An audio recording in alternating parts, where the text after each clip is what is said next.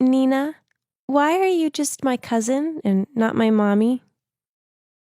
Claudia peered up at me with curious eyes. I knew where this had come from, as the topic of the week at kindergarten was family. Claudia's innocent words made me squirm with guilt. Was I a bad person? I'd been asking myself this daily for the last 4 years. Yep, the little girl next to me wasn't my daughter. I stole her from her real dad and have been raising her single-handedly ever since. It all started with my Uncle Oliver, who is a successful businessman and a super loving person. I owe a lot to him and to my grandma, as they're the ones who raised me after my parents died in a car crash when I was just a little girl. My uncle had been doing a great job filling up the missing father figure in my life. But he also wanted a biological child of his own, which was quite a tricky problem to an asexual man like him. One evening, I just got in from hanging out with my friends when I saw him sitting at the kitchen table, his head in his hands. I asked, "Uncle, what's up?" He looked at me with swollen red eyes, sighed, then said, "Nina, it's silly, really. It's just my birthday is next month, and I don't have the one thing I want the most in the world." I pulled him into a hug and comforted him. I knew he's still longing for a kid, and I wanted to help him. So, together, we looked into the surrogacy process. My uncle was so excited, and he did all the paperwork to buy a donor egg. Now, all he needed was a surrogate mother. So he went through his local surrogacy agency, and they presented him with 5 potential surrogate profiles. I swear he must have reread each of them about 100 times. But he eventually chose one, a woman called Kathy. On paper, Kathy sounded perfect. She was a 31-year-old who already had a healthy little boy called Robbie. A contract was drawn up. All Kathy's medical care would be paid for, and she'd also receive a pretty large sum of money. Then, when the baby was 1 week old, my uncle would raise them alone. This all sounds perfect, huh? Well, it soon took a turn for the worst. Once Kathy fell pregnant, Uncle Oliver wanted to be around her more so he could bond with the baby. One time I walked into the lounge to classical music playing, and my uncle pressing his head to Kathy's belly to see if the baby could hear the music.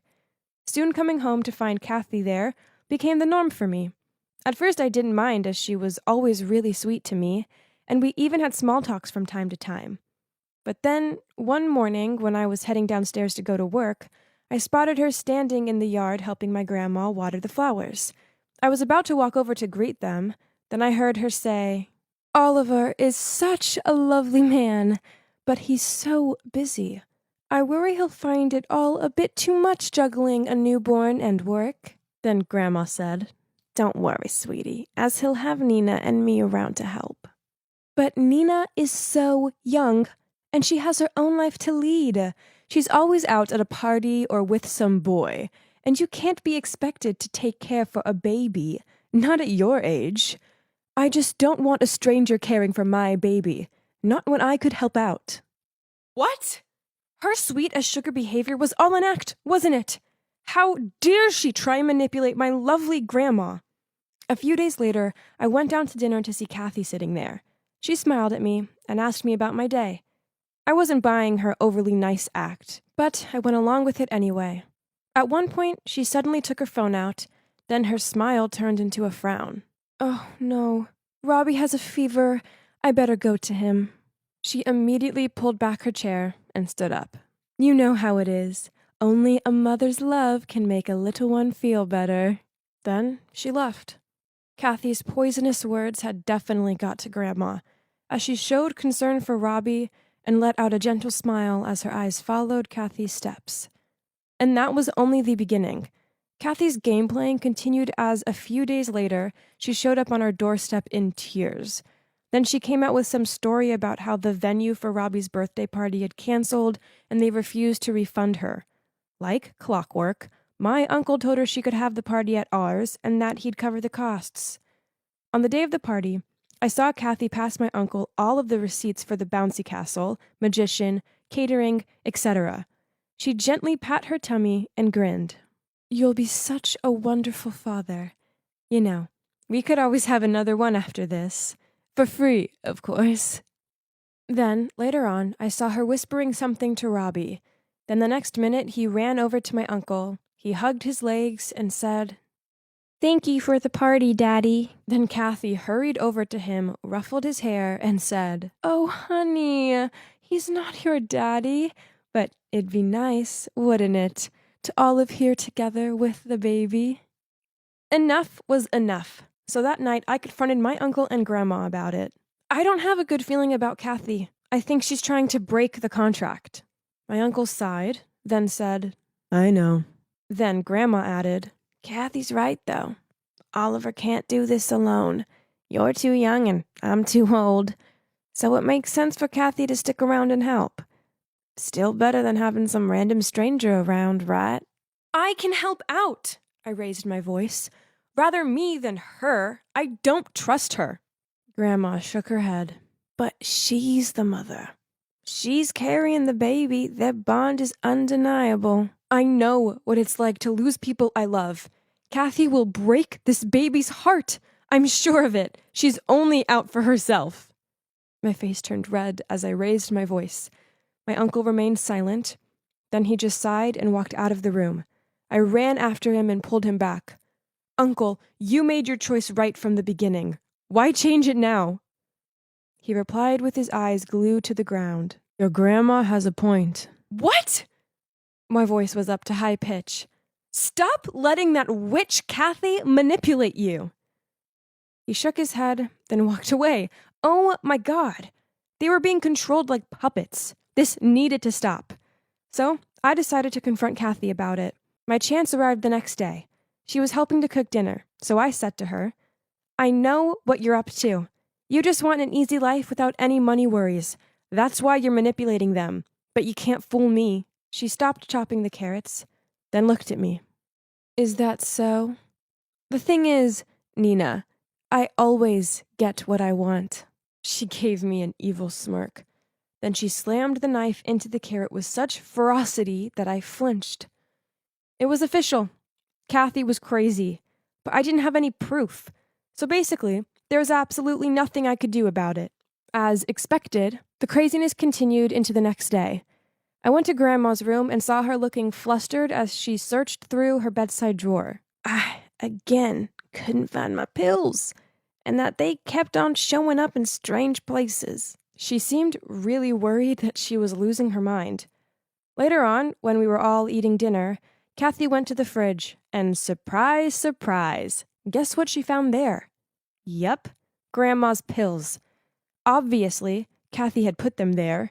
Then she walked over to Grandma, rubbed her shoulder, concernedly said, I should have taken care of you more. We should have you checked by the doctor as soon as possible.